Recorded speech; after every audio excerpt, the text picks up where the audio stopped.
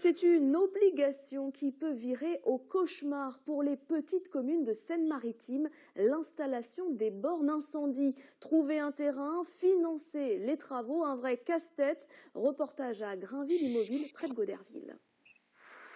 Bouches à incendie, réservoirs d'eau, ils se fondent souvent dans le paysage urbain. Mais pour certaines communes, leur installation est un vrai casse-tête. Dans ce village près de Goderville, le maire a fait appel à un artisan spécialisé pour implanter une cuve à incendie. Problème, ce terrain est une propriété privée. On n'a pas de terrain communal, donc c'est vraiment un problème ici. Donc on n'a pas 36 solutions, c'est soit de passer un contrat avec un privé, soit de faire enterrer la cuve sous bien sûr la chaussée. Et donc bien sûr les coûts ne sont pas les mêmes. Comptez alors 50 000 € et ce n'est pas tout. Le poteau incendie, on voudrait le mettre la protection sur la vue. Donc ici.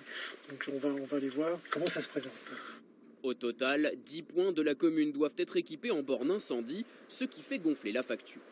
Il reste à peu près environ une valeur de 250 000 € à investir pour couvrir la totalité. Mais en plus, il y a déjà bien sûr des poteaux incendies, des défenses incendies qui ont été réalisés sur le mandat précédent. Donc au total, ça fait vraiment un budget énorme. En gros, 400 000 € peut-être. Soit le double du budget annuel de la commune. Alors comment en est-on arrivé là? En 2011, une loi réforme la défense contre l'incendie qui n'est désormais plus à la charge de l'État.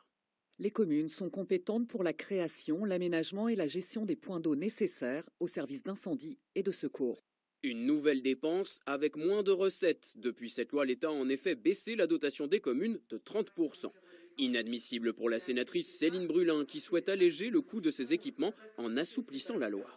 Il y a peu de prise en compte des réalités de terrain, par exemple des points d'eau naturels, des mares, la Seine, des rivières ne peuvent pas être pris en compte comme des points d'eau. C'est un peu comme si on avait pris le règlement national et qu'on l'avait appliqué de manière brutale en Seine-Maritime. Nous, maintenant, ce qu'on veut, c'est qu'on prenne en compte la réalité de terrain. Par exemple, via un nouveau règlement départemental, saisi sur la question, le préfet doit se prononcer d'ici à juin 2022.